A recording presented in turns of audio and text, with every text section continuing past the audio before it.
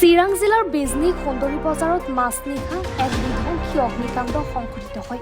আনুমানিক ৰাতি 1 বজাত এই অগ্নিকাণ্ডৰ সূত্ৰপাত হয়। অগ্নিকাণ্ডৰ ফলত 5খনকৈ ব্যৱসায়িক প্ৰতিষ্ঠান সম্পূৰ্ণৰূপে ভস্মীভূত হয়। এই অগ্নিকাণ্ডৰ ফলত আনন্দ মণ্ডল, প্ৰাঞ্জন মণ্ডল, শ্যামল দাস আৰু 2জন লোকৰ দোকান সম্পূৰ্ণৰূপে জুইত ভস্মীভূত হয়। আনুমানিক প্ৰায় 15 লাখ টকাৰ সামগ্ৰিক ক্ষয়ক্ষতি হয় বুলি ভুক্তভোগীয়ে জানিবলৈ দিয়ে।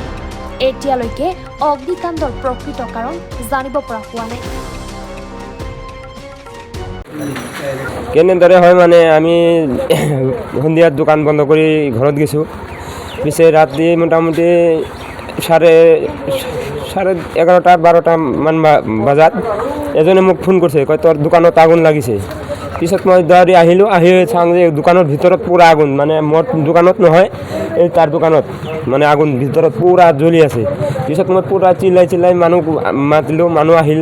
পিছত আমাৰ দোকানৰ পৰা কিছু মাল ওলালোঁ আৰু আমাৰ এটা গুদাম আছিল। গুদামটো মানে মালটো গুদামতে থাকে, গুদামৰ মালকেইটা একদম এটা ওলাব পৰা নাই।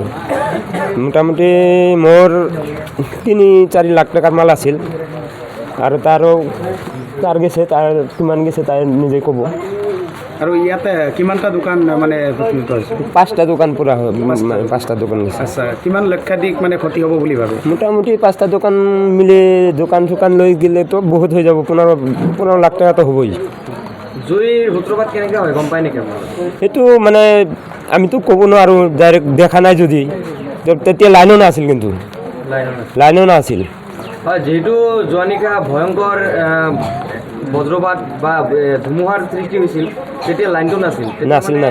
কিবা বেলেগ কাৰণতে হৈছিল এনেকুৱা, আমাৰতো অনুমান এনেকুৱাই হ'ব, মানে বেলেগ কিবা কোনোবা মানুহে লাগাইছে নেকি, এনেকুৱা মোৰ ডাউট, সন্দেহ। বিজনীৰ পৰা আশিষ দাসৰ ৰিপৰ্ট, এনি ভাৰত 24।